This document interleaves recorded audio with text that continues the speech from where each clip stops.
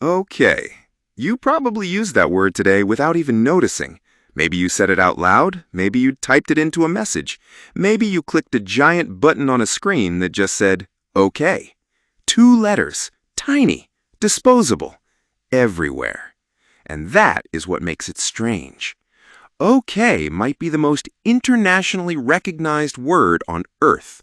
People use it across languages, across borders, across completely different writing systems.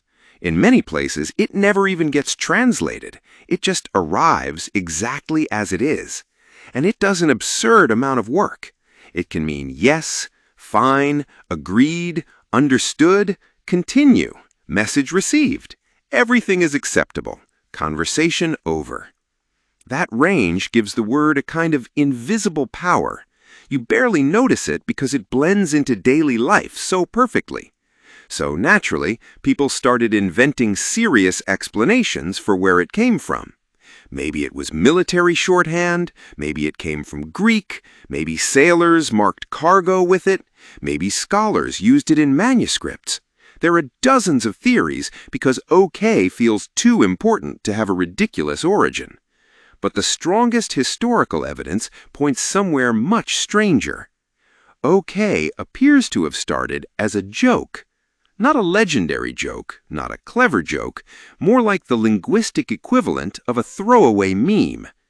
To understand how that happened, you have to picture American newspapers in the late 1830s. Today, we think of newspapers as formal, headlines, politics, serious announcements. Back then, they were also noisy social spaces. Editors argued with each other in print, they made sarcastic comments, they ran poems, pranks, and little language games.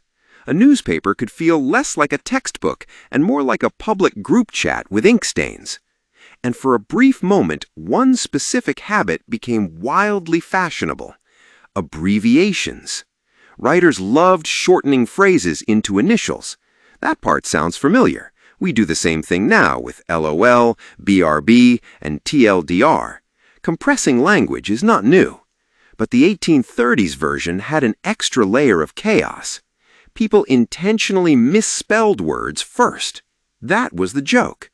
So instead of writing a phrase normally, they would twist it into fake bad spelling, then shorten it into initials. The humor came from pretending to be confidently incorrect. A phrase like all right could become all right. A phrase like no go could become no go. And then came the important one, all correct.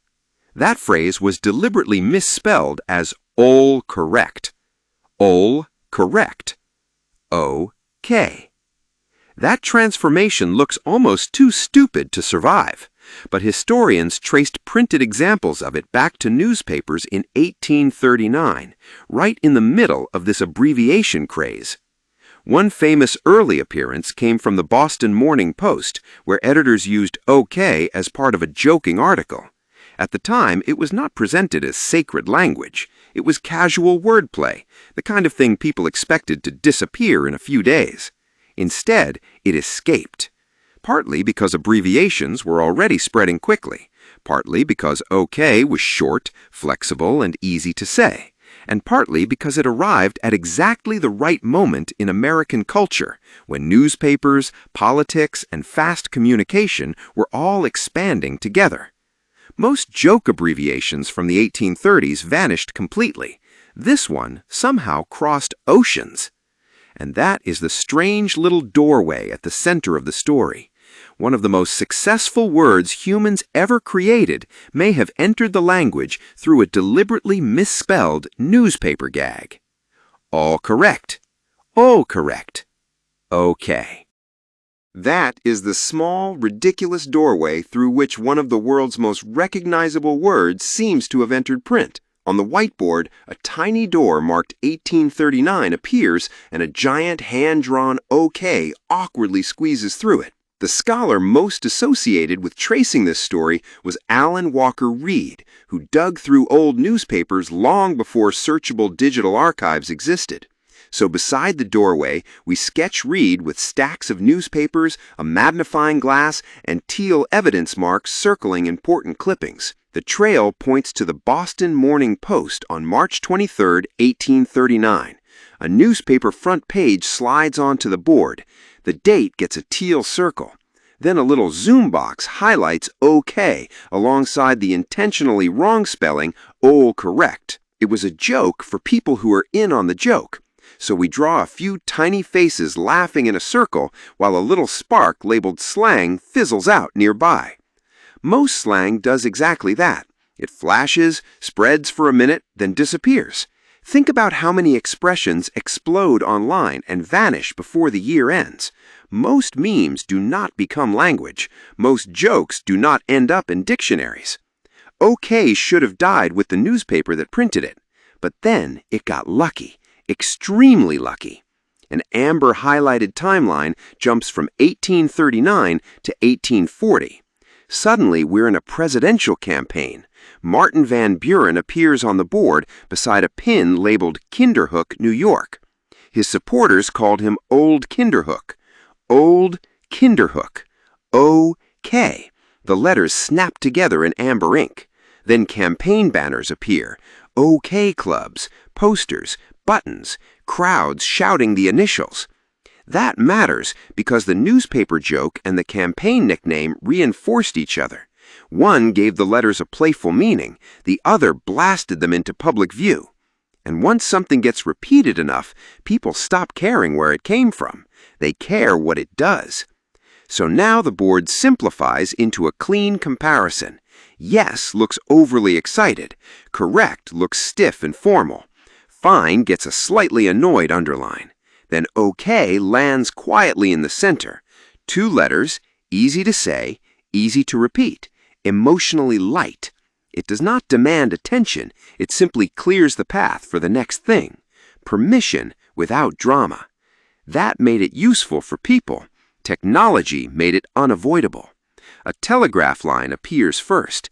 Tiny signal marks bounce across it.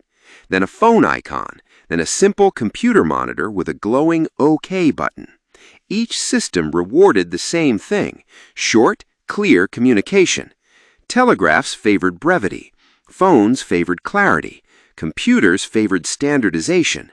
And suddenly, this tiny joke word became the thing people click billions of times when a machine asks, "Are you sure?"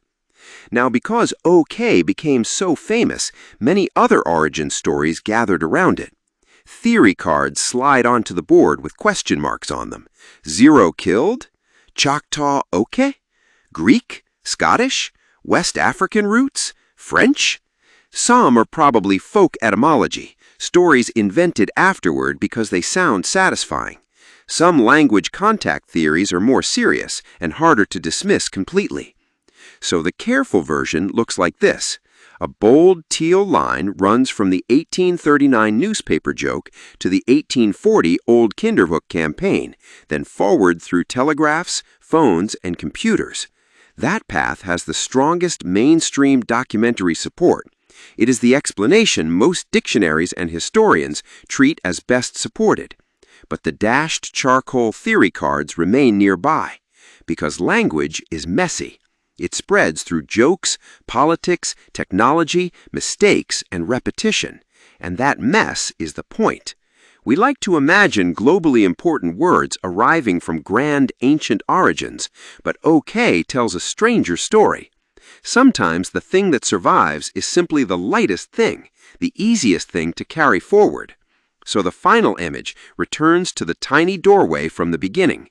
This time, OK walks confidently across the board, while forgotten slang fades into the background. A joke can outlive the newspaper that printed it. A nickname can outlive the politician attached to it. And 2 throwaway letters can outlive almost everything. So, the next time you say OK, remember what you may be repeating. Maybe not an ancient command. Maybe not a perfectly designed word. Maybe just a bad joke from 1839 that refused to die, which is either a little disappointing or kind of wonderful. Okay? What everyday word should we trace next?